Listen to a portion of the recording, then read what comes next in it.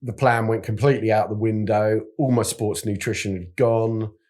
It was time to start on the meal deals. So whenever I came to a Co-op or a Tesco Express, £5, you know, and I think I must have had,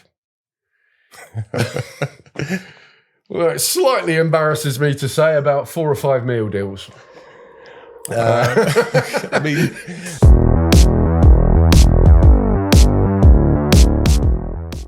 Hi, welcome to Going Long with Cycling Weekly, the cycling podcast about all things ultra, bikepacking and adventure riding. This is the place to come for interviews with the great and the good of the sport. We chat about news and tech and our own events and try and get you guys some tips as well. My name's Steve Shrubsall. I'm your host. And who are you again? I, Steve, and James Shrubsall, your co-host, brother and colleague. Oh, yeah, sorry. I thought I recognised you from somewhere. So what are we talking about today, James? We're going to be talking about ultra on a shoestring. But in the meantime, you've been out gallivanting, haven't you? I've told our listeners this before. You've been out and about. You've gone to Sweden, Finland. It's actually a mistake I made when going over to Finland. I said this is the first time I would have been to Scandinavia, but Finland is not a Scandinavian country, believe it or not. I didn't know that, actually. It is indeed a Nordic country. So every day's a school day. Yeah, so Scandinavia, what's that? It's Norway and Sweden? And Denmark. Yes, okay. Yeah. So, great trip to Finland, Helsinki. Never been before, as already established. Indeed. What I would say to people, if you want to go on a city break and combine it with a gravel riding holiday, Helsinki is the place to go. So you obviously did a bit of gravel riding when you were out there then? I did, but I got in touch with a bike shop the guy whose bike shop it was, he ran the Nordic Gravel Series, which is a gravel series that takes place in the Nords. Okay. Nice. Finland, what are the other Nordic countries? I don't know. Norway? No, they're Scandinavia. That's Scandinavia.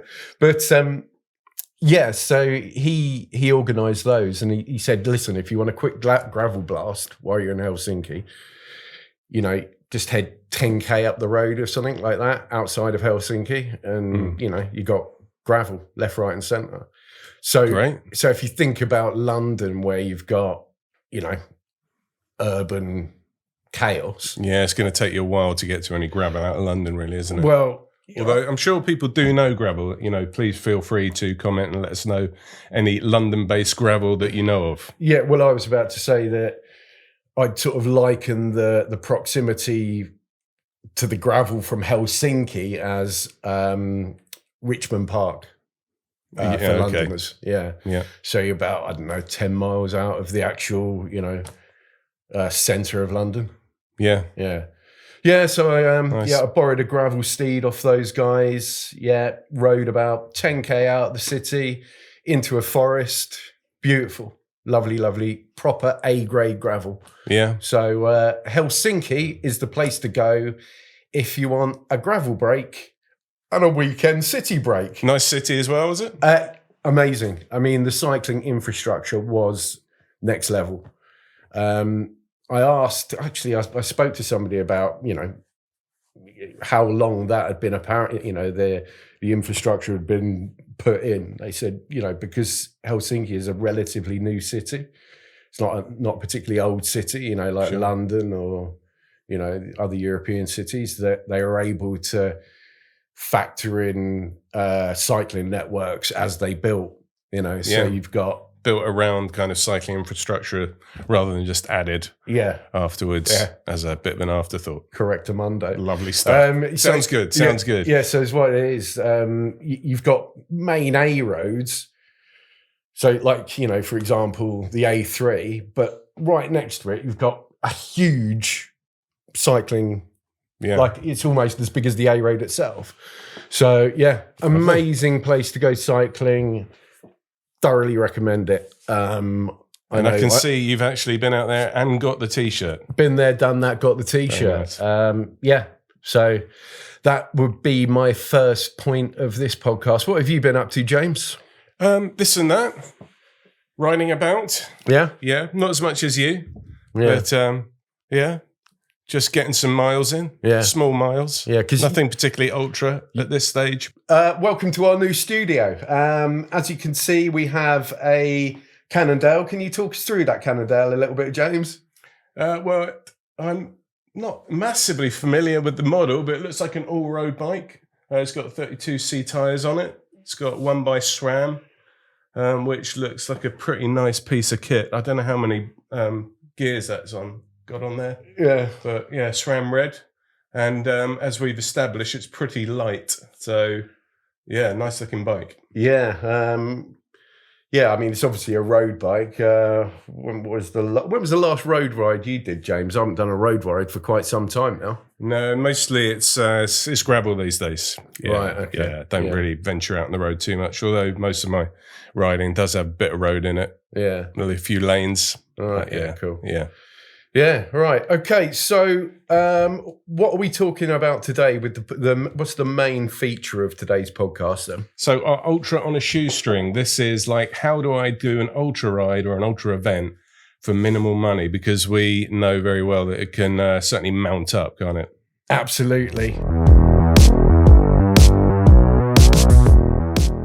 My bank account is currently bare because I enter too many ultra endurance events. It's not necessarily just the cost of entering, or that's sort of a fraction of what you ultimately end up paying, but it's everything that comes with it. Yeah. I mean, you got a lot of factors there.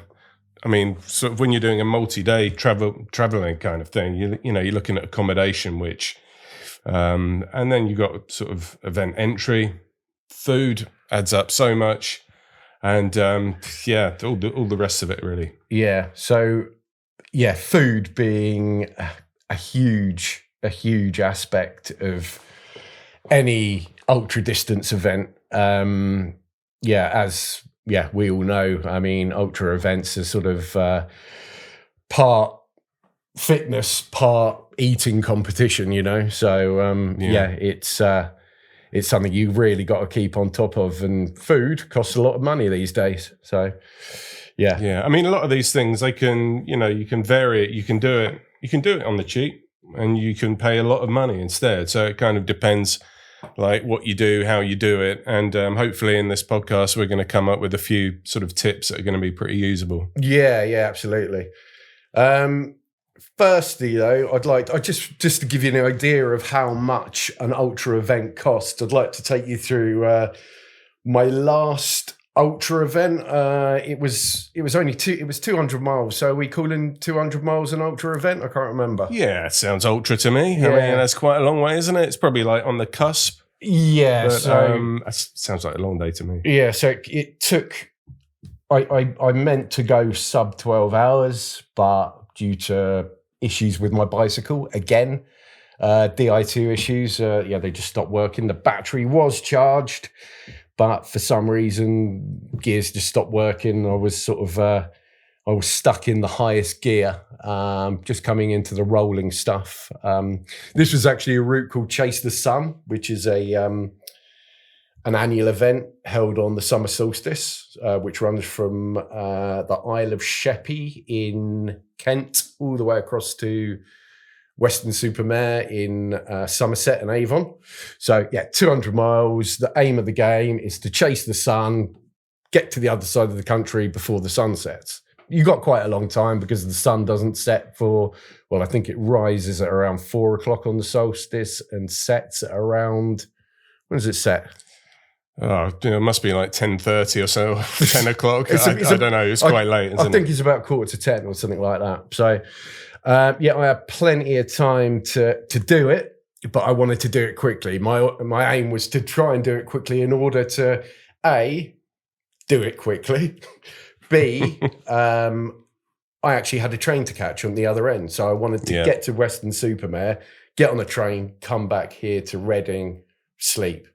So I guess that's one of the things about doing place-to-place events is that you've got to think about the kind of the onward travel from the place you're going to. Absolutely, and you've got to get to the place where you have to start as well, which sort of starts my story here. So I had to get on a train from Reading to a place called Sittingbourne in Kent. Already, you look at about 40 odd quid there. Yeah. Before that, I had to make sure my bike was all sort of, prim and proper. It actually didn't need any work, so I'm not sure why I brought that one up actually. But that could be something. I mean, it's something you got to factor in, isn't it? Because even if you're well prepared, I think anything can happen along the way. You can get caught out. You might shred a tire. Yeah, you exactly. get a new tire. It's just. If you've got absolutely zero money to spend on anything like that, you could easily kind of get caught out. So and it is an expense. And bike parts these days are, bike maintenance and repair and parts. They're not cheap, are they? Definitely not. No. Yeah. So I mean, okay, that's an eventuality. That's a possibility. Not necessarily something that we have to factor in. But this train, it cost me about 40 odd quid. Once I got to Sittingbourne, I then had to get some food in. This was going to be a solid day of riding. Of course. So first meal deal of the trip? Not a meal deal, no. I got to the start to sign on the Isle of Sheppey. Didn't really see anywhere I fancied there. And by the time I got back to Sittingbourne, the outskirts where I was staying, everything was closed. So there weren't any garages open, bizarrely. But I did find a kebab shop. So I popped in there and gave myself the luxury of ordering the largest pizza in the shop. And it was like that. But it cost me about 20 quid.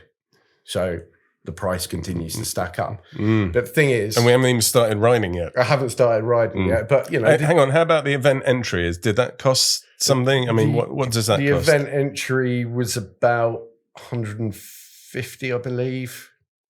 Yeah, don't quote me on that, but I mean, so it's significant. Yeah, event basically. Entry in general, like ultra ride entries in general will set you back between 100 and 150 quid for about a 500 kilometer ride. For that sort of, I know 500 kilometers is not a short distance, but it's in ultra rides, it's sort of considered, low end. Yeah. Whilst if you're going up to sort of 4,000 kilometers, like Veer, for example, you could probably expect to pay out about 350 quid or more. Yeah. I think. Yeah.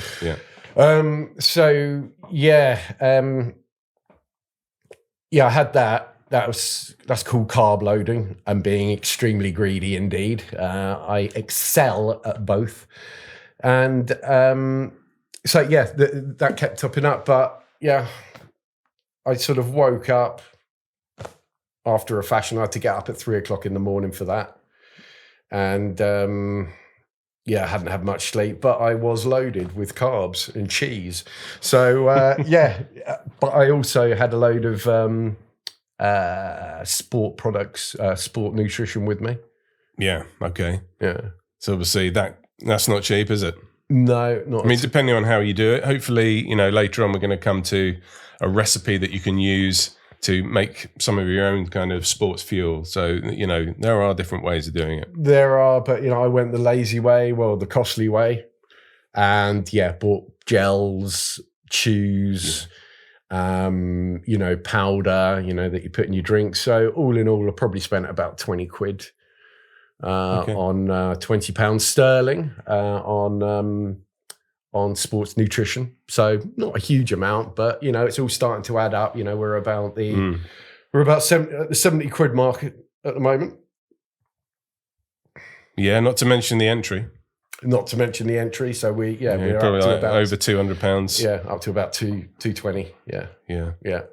And so after that, I guess you're looking at food along the way in shops. Yeah, so that's going to be the main expense during the ride, isn't it? Well, here's the thing. I was planning on riding quickly, and I thought the sports nutrition I had with me would get me the lion's share of the way, sort of like 2/3 of the way or so. But when I started having bike issues, it was also really hot. So I was going through liquid like no one's business, occasionally stopping at co-ops and stuff and, getting Lucasade and sparkling water and stuff. So, tenner here, tenner there. And then when my bike started playing silly if we're allowed to say that, the plan went completely out the window. All my sports nutrition had gone. It was time to start on the meal deals. So whenever I came to a co-op or a Tesco Express, £5, and I think I must have had, well, it slightly embarrasses me to say, about 4 or 5 meal deals. I mean, hang on. I mean, that is quite a lot of food, isn't it? So you've got 20 quid's worth of sports fuel, which it's gone. Yeah.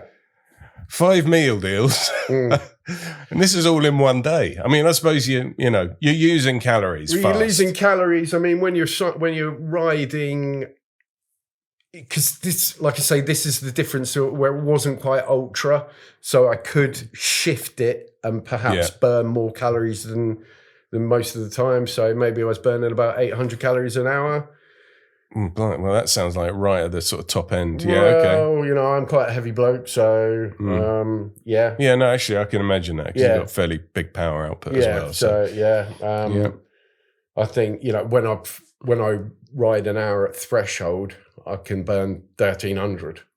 Right, okay. Yeah, so 800 is quite a bit in it, really. So if you times, there's a lot of meal deals. If you times that by 15, which it took me 15 hours to complete the ride in the end, it works out to a lot of calories. And more importantly, it works out to a lot of money. But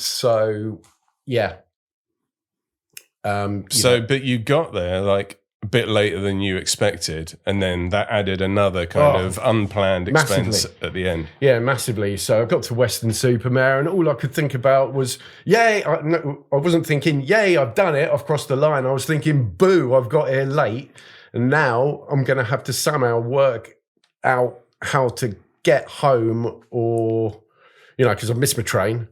It's like, how to get home or where to stay. Yeah. So in the end, I managed to get a train back to Bristol. And by the time I got to Bristol, the trains back here had stopped. So I had to get a hotel in Bristol. Because it was like, just rocking up to a Holiday Inn, that was sort of like 130 quid. Really? Yeah. So things are totting up. What's the tally so far, James? I mean, how much was the meal deal each? So 5 times 5 meal deals, £25 on top of about the 230 that we're already on before we started the ride. Yeah. So, a bit of back of a fag packet maths. Yeah. £250, £260, and then the hotel. Yeah. £390. Yeah. Thereabouts. Yeah. So let's call it 400 for good measure. Yeah. Yeah. And the train to Sittingbourne initially. Yes, that's all in there. Yeah, that's all in there. Yeah. And then I guess you got to get back to the start. Yeah, exactly. But first, so you're on £400 already. Yeah, but first of all, I mean, I got to this hotel, checked in. It's like, that would be £130, please. Really? This is a Holiday Inn, not Buckingham Palace, mate. But I paid it because you're you haven't got a lot of choice. You're a captive audience. I mean, I was battered as well. I felt I was knackered. Now it says on my sheet here, Stephen, refueling in Wetherspoons. Yeah. Would you like to talk us through that? Yeah, I mean that's the point I was about to get to. So Wetherspoons is it's the last port of call for the tired ultra rider. For the tired ultra rider. I love Wetherspoons, and because it's incredibly cheap. And it has got that going for it. I mean, you can get a pint of Ruddles for £1.99. What's not to love? Well, it's better than the sort of standard £6 or £7, no doubt about that. Yeah, anyway. So, yes, I was Weatherspoons. Yeah, Weatherspoons. I was hungry, tired, and all I wanted to do was eat, drink, not necessarily be merry, but I just cheer yourself up a little. Yeah. So I went to Weatherspoons and I said, right, food, please. I ordered a Indian to take. I ordered an Indian in there, and ordered about 15 quid's worth of food to take away. I bet you didn't know you could take food away from Weatherspoons, but you can. Yes, that added about £25 onto the total. Well, I mean, you got to eat. A man's got to eat. A man has got to eat. Okay, so you're looking at £425 or thereabouts. Plus, then I had to get the train back to Reading. Okay, so that was about 35 quid. Okay, so £460. So one ride. £460. One ride, one day. One ride, one day, £460. Yeah. 2 train rides, 2 nights of accommodation, 80 ready meals, 5 meal deals. Actually, we didn't include the first night of accommodation, which was about 100 quid. Okay. That's a lot of money. Basically, it's a lot of money on one ride. Yeah. And that is how much you can end up spending. Yeah. But we're going to chat about how you can try and bring that price down and spend considerably less, aren't we, Steve? We are, because, I think, you can target a couple of those events a year and not feel too guilty about it, about spending your kids' inheritance or university fees. But any more than that, you might start, sucking your teeth a bit and thinking, perhaps this isn't the best use of my salary. Perhaps, yeah. I mean, like, everyone's got their thing that they do, and it's, it costs them money, and that's okay. But sometimes you might want to do more. You might want to fit a few more in and just think, well, I haven't really got the money to do this, but actually with a bit of thought, probably a bit more preparation, you might be surprised what you can do with sort of relatively small amount of cash. Hopefully. We're going to try and go through a few things. Absolutely. And sort of work out some cheaper ways to do that. Yeah. So what's first on the list, James? So first of all, pick a circular route, i.e. one that obviously starts where it finishes. That means like you don't get the issues that you had of like then having to get back to the start after the end of the ride. Makes life so much easier. Yeah, it's kind of, you finish a long ride like that, and like you said, you're absolutely battered, and then you realise that you're hundreds and hundreds of miles away from where you began, and you have to get back there to your vehicle or whatever it might be. Yeah, it's never a great feeling. Yeah, absolutely. I think that, during the final miles of a point to point, you're starting to think about that. Yeah, you're starting to think about how you're getting home. And you're often drained mentally, physically, and the last thing you really want to do is take yourself off to a train station or look for accommodation, spending more money. So I mean, what I've done in the past, I mean, a perfect example of that is the Great British Escapades, where you start in Canterbury and finish in Canterbury. So you do your 500 kilometers and then you're back at the car. And then you have a little kip in the car, and there you go. Yeah. I mean, it's like it's sort of it's a no-brainer, I guess. I mean, obviously sometimes you're going to target a ride that looks really great, and it's just place to place, and they are there's going to be those. But if you really want to save money, make it circular. Yeah. And secondly, make it domestic as well. Yeah. I mean, I know, you're sort of limiting yourself quite a lot, but, you can't always go abroad if you're looking to save money, stay at home, basically. Yeah. Save on the flights. Yeah. I mean, that's such a big expense. Plus, you've got to take your bike with you. It's an easy way of adding on £1,000 to any trip, isn't it, if you go abroad? Yeah. Because you've got to have a hotel unless you're roughing it. I mean, that should probably be the headline, really. Like the headline idea: stay in your own country. Yeah. I mean, it's sort of, it makes it far more limiting, maybe less exotic, but it saves you a lot of money. Yeah. Or you could wait until you have a family holiday and stealthily coincide it with an ultra. Just say you're popping out for a couple of days on the bike, and that could be a way of doing it. But come back absolutely ruined and unable to participate in the rest of the holiday. Yeah, your family aren't going to mind. Yeah, go home divorced. But yeah, it'd be absolutely. It might be worth it, you know.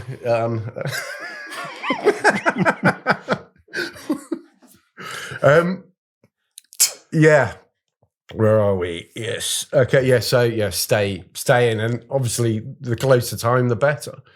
You know. Yeah. Even if you're not driving that far, you know, you stay in your own country and then drive 50 miles instead of 300. It's gonna help. Yeah. I mean, there are myriad ultra rides up and down the country now. You know, in every area. So, you know, just have a look on Dot Watcher and see what's up. I'm sure you find something very close to your home. So that's immediately saved you a load of money. Yeah. And you know, these so far they're sort of fairly obvious steps you can take, and probably things that you would think of anyway. But I think hopefully by the time we've gone through them all, if you can make a checklist of all of these and tick them all off, then you are going to have one pretty cheap ultra ride on your hands. So that's the idea. The next one is not an organised ride per se, but it's to have a go at one of your local FKTs. FKTs being fastest known time. Yeah. I had to think about that for one moment. All right. Yeah. Well, I'm glad you pulled it out the bag. You did. Yeah. Fastest known time. So you can find them. I mean, there is a fastest known times website that lists a lot of the trails.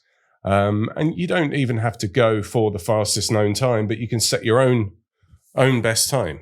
Yeah. And see how close you can get absolutely to the top one. The thing about FKTs is they are invariably set over stunning terrain. They're more often than not off-road. In fact, I think all FKTs are off-road. There will be a little bit of road involved, but you'll often be called, you'll often have to call on a mountain or a gravel bike to complete them. They're absolutely free. They're no less than I think the shortest one is about 130 miles. I think that's the White Horse Round, which I've had a go at. I think the FKT for that was 9 hours, and I did it in considerably more time than that. So, but it was still a great day out on the bike. Yeah. And there are running FKTs as well. There's a list of running. Yeah, I think actually running FKTs. If you're into running. Running FKTs are more common than there's more of them than cycling. Yeah. So cycling FKTs are we're sort of in the initial stages, and it's just growing. Yeah. And there's nothing really stopping you from plotting your own FKT. Yeah, sure. So you can just come up with your own and add it to the list? How does that work? You can't just, I think you'd have to go through you have to run it past the various avenues in order to get it on the onto the leaderboard there. Sorry, onto the website. Yeah. But you could definitely do that. But like we've said, FKTs free of charge. They're all over the country as well. So pick your nearest one, go and ride it. Free. Yeah. And actually you can do official events for free as well. Yeah. So I was sort of looking through, there's the Jura events in the UK, and in fact the Tour Divide, the granddaddy of all events, is free to enter. Right, okay. That was the original bikepacking event, wasn't it? Yeah, so that's 4,000 miles, I think, across the USA. Down the length of the Rockies, basically from I think it would be more like kilometers. Banff in Canada to Antelope Wells. Yes, on the Mexican border. Yeah, okay. Yeah, so that is as James that's said, the big one. Yeah, that's the doyen of good word, eh? Like that. Yeah, that is the doyen of bikepacking races, the original. There's no way you're going to do it on a shoestring because it's going to take you a long time, and you've got to get to Canada. I mean, you might live in Banff, in which case, you've still got to get back from Antelope Wells. And you got I don't know how easy it is to get a place on the Tour Divide. Yeah, I'm not sure. I've got a feeling you can just ride it. Really? Yeah. No, I don't think you can. Yeah. Can you? This is something we'll have to look up. Yeah. Look that up. Answers on a postcard or a YouTube comment. And the England Euro as well. So these England Euro and Wales Euro and there's a number of Euro events in the UK, and again, they're all free to enter. You essentially put your name down to let them know you're doing it, and then the way you prove that you've kind of completed it in the time that you're supposed to complete it in is kind of using, I think maybe Strava, I guess. So they're not. Are they run at certain times, or can you? Ride There's like an official start, but you can do it on under your own steam as well, and call yourself. I think you can call yourself a finisher, right? If you've done it yourself. So are they mass starts? That is the idea. Everybody just turns up under their own steam and just meets at the same kind of start point, right? And off they go. Okay, that's interesting. I have come across like England and Wales and Scotland and Great GB Euro. That's the big one. Yeah, in the GB in Great Britain. So that's free to enter as well. I think it is as part of that. Yeah, it's part of one of those. So, but I'd have to check that. Yeah. Okay. Yeah. All right. So other sort of mass start events free. Lots of options. Yeah. So getting down to the nitty gritty. Yeah. Let's talk Turkey. First of all, let me just talk about travel. You book in advance, make a few preparations, really have a think about, how long it's going to take you, and obviously which kind of trains, etc. that you want to get, and you can get them a lot cheaper than booking them sort of 2 days before. So that's well worth doing. And if you split the journey up as well, if you split, this is getting a bit too deep into the weeds here, but well, it's worth knowing. Yeah, but if you split the journey up, say you're getting a train ticket from, I don't know, Swindon to Scarborough, random. Sometimes it works out cheaper if you get the ticket initially from Swindon to somewhere in the middle, and then get a ticket from there to there. It's sometimes a tenner cheaper. Yeah, and actually, well, again, this is like going quite deep into it, but I think it's Trainline. The website will actually give you the cheapest option, so it'll give you 2 tickets if that's the cheapest way to do it. Trainline. I think it was Trainline. Okay, so food. Food. Let's talk about food. It doesn't have to be a £20 pizza. It's my favourite subject, James. The reason I do really long rides is so I can eat lots and lots of food. Well, that is a good reason to do it. You're not the only one that does. You're not the only one that does that. Sorry. So. I mean, food's lovely, riding's lovely. You might as well do both. Combine them and you're in heaven. Yeah. But food, especially when you're popping into the co-op, left, right and centre, you're on first name terms with the cashier. All right, Audrey, the usual, please. You gotta stop it. Meal deals, as nice as they are. I've got a thing for meal deals. It's a bit weird. I'm thinking though, you were mentioning meal deals earlier. £5 a pop. Yeah. I mean, for a meal, that's about as cheap as you're going to get a meal in this country, isn't it? But let's look at the the components of it. So meal deal in the UK, you get a sandwich. Yeah. That's not the worst thing. Remember, Jill Mooney says fuel on the bike is just fuel. You don't need to worry. I know. It's not nutrition. Yeah. So you get a sandwich, with whatever. I mean, my go-to is cheese and onion. Yeah, well, you got a bit of protein in there. Yeah. And then you got a snack and a drink. My snack will usually consist of a pepperami or a packet of salt and vinegar McCoys. I can see where it's falling down a little bit here. But I suppose you could probably get maybe a little flapjack or something like that with your meal deal instead of... No. I instead of the crisps. Yeah, I could do. Or maybe a chocolate bar. But there's no fun in that. Yeah, but you want what you want. Do you know what I mean? Yeah, that is true. When you're riding and when you're in the middle of an ultra, you just want to eat what you want to eat. Yeah. So and then also the classic a Fanta or a Coke. So I'm taking in a huge amount of sugar here, and the thing is with this, the bread's everything's ultra processed. So it sort of satiates you for a little while, but not for long enough. It's sort of processed food. You hemorrhage it. It's easy to drain. So I think a better way to do this would be to make your own food and take it with you. Yeah. That way you're going to be less inclined to eat rubbish. You're going to save money. And you're going to potentially have a better race or ride because you'll be better fueled.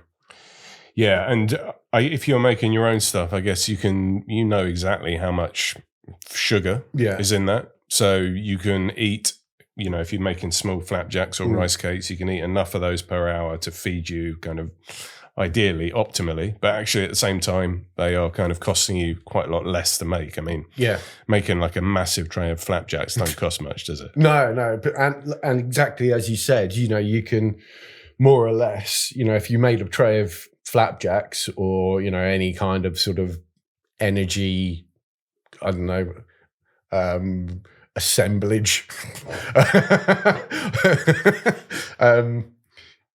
You pretty much know how many calories is in each piece. Yeah. So you can then you've got 20 pieces, you've got 400 calories in each piece. You eat 2 an hour. You know exactly what you're doing. Yes, indeed. Yeah. And you can make your own drink as well, can't you? I mean, I'm thinking of sports fuel. We're talking about ultra processed stuff. I mean, you have to sort of accept that gels, etc. That is pretty much as ultra processed as it gets, isn't it? Yeah. But you can make your own stuff at home. It doesn't need to have any kind of preservatives in it. I don't know whether drinks normally would. Probably not. I mean, it comes in powdered, but it's all you're looking at is glucose powder and and water essentially. And fructose. You can add a little bit of fructose as well. I think most sports drinks are about 80% glucose, 20% fructose. Yeah. And together, somehow they they make magic. They make magic. Yeah, that when combined, they turn you into Banana Man or something similar. Yeah. So that's a very good. You've got to look at your food really, because I spend so much on food. I really do. I think a lot of people spend so much on food, and you sort of look at your bank account and you look at your bank statement, after an ultra, and just, good God, I actually ate all of that. I mean, that can't be good for you. But, it's all burnt off. Yeah, it is all getting burned rapidly. All burnt off, so I think, you don't need to worry from that point of view too much. But it's more like, as you say, the bank statement side of things. And there are definitely ways to sort of mitigate the sort of, the outlay. So, I mean, that covers quite a lot, doesn't it? It'd be great to hear anything that we have missed. Do let us know in the comments. Yeah. But I think, follow all of those and you're probably on for a much cheaper ultra than you otherwise would be. We have missed one, James. This is one of your fortes. Oh, my goodness. Yeah, one of your fortes back in the day. This is what happens when you print off on 2 sheets and then have the other stuff at the top. Yeah. One of your fortes back in the day. You were a bit of an Audax aficionado, weren't you? I was an Audax aficionado. Yeah, done a reasonable amount of that. And why does that help us? Why do Audaxes help us save money? Well, Audax, for a start, they're cheap to enter. I mean, you're looking at, I was just checking the calendar yesterday, and most of them are £12 or less as an entry fee. I mean, some of them are £6. If you're going to do like a really big event that's, 600 kilometers, 1,000 kilometers, you're looking at a bit more, but it doesn't go up it's not huge kind of And fees. Audaxes by their nature are long, aren't they? You go long on Audaxes, don't you? Yeah, I mean the sort of standard Audax is about 200 kilometers. They do come down to 100 for some events, but 200 is the sort of standard distance, which I think it's in the realms of going along just about 126 miles, 128, something like that. So it's a decent day out on the bike. Yeah, we still haven't sort of come to a conclusion of what an ultra event actually is. Is it, do we measure it in miles or hours or what? Comments? Yeah, well, I mean, there's probably, I guess ultra is different for everyone. It's like your own thing, isn't it? And, we're as much about adventure riding as we are like super long distance. Yeah. So, that's okay. But yeah, Audax, I mean, Audax are kind of basically events run on a shoestring already. So you get people volunteering, they make cake, you got cake laid on, you got quite often some quite nice food stops along the way, which aren't costing you anything. So it's a great way to do sometimes a multi-day event on minimal money. Yeah. You still got to sort of go with all the other bits of advice about how you get to the start and how you get back. But what about the ride itself? Usually reasonably cheap. The biggest Audax of them all, Paris-Brest-Paris, which you've completed. Does that cost? Yeah, I mean, that's probably it's going to be one of the most expensive ones to enter. I don't know what it is these days. I'd have to look that up, but. Again, please do let us know. We could just Google it. We don't know very much on this podcast. Apologies for that. We're bringing you in. It's interactive. Yeah, but fill in our knowledge gaps. Can you give us an example of a couple of the bigger Audaxes in this country? You have got London, Edinburgh. London is the biggest one. Right. So that's 1,400 kilometres. That's longer even than Paris-Brest-Paris. Right. Windsor, Chester, Windsor is quite a big one. What's that, about 1,000, I think, 1,000 Ks. But they all start where they finish where they start. So again, they've got that going for them. Yeah, sure. I've also seen one called While You Slept. Sorry, I'm spitting. Which starts at like 11 o'clock at night. Okay. I don't know, that really looked quite an interesting one. I've just seen a few people complete it on my Strava. I mean, that's quite a fun thing about Audax is that they tend to have sort of quite funny, or just the names have a bit of character, quite often. And that's starting at 11 o'clock. I mean, I've done a 400 kilometer Audax which started at 11 o'clock, and I think it's quite a common approach to that because you get the night out the way. Yeah, I mean. That's for another podcast, but it's a great way to approach an overnight kind of ride. And finally, camp. In order to save money on accommodation, sleep rough. I mean, that's one way of putting it. Wild camping might be another. Just.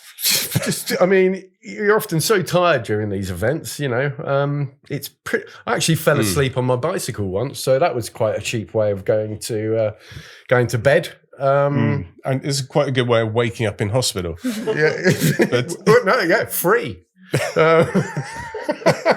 Free accommodation. Free accommodation, free food. Probably not how you wanted to end your ride. But yeah, camping. It doesn't. You can camp with the tent, with the full setup, or you can bivvy it and do the kind of minimal thing with minimal stuff, which obviously is going to be a little bit less comfortable, I guess, but it's going to save you money.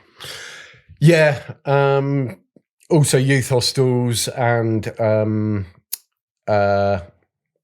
bunkhouses. There's a special place in hell for both of those. I don't really like them.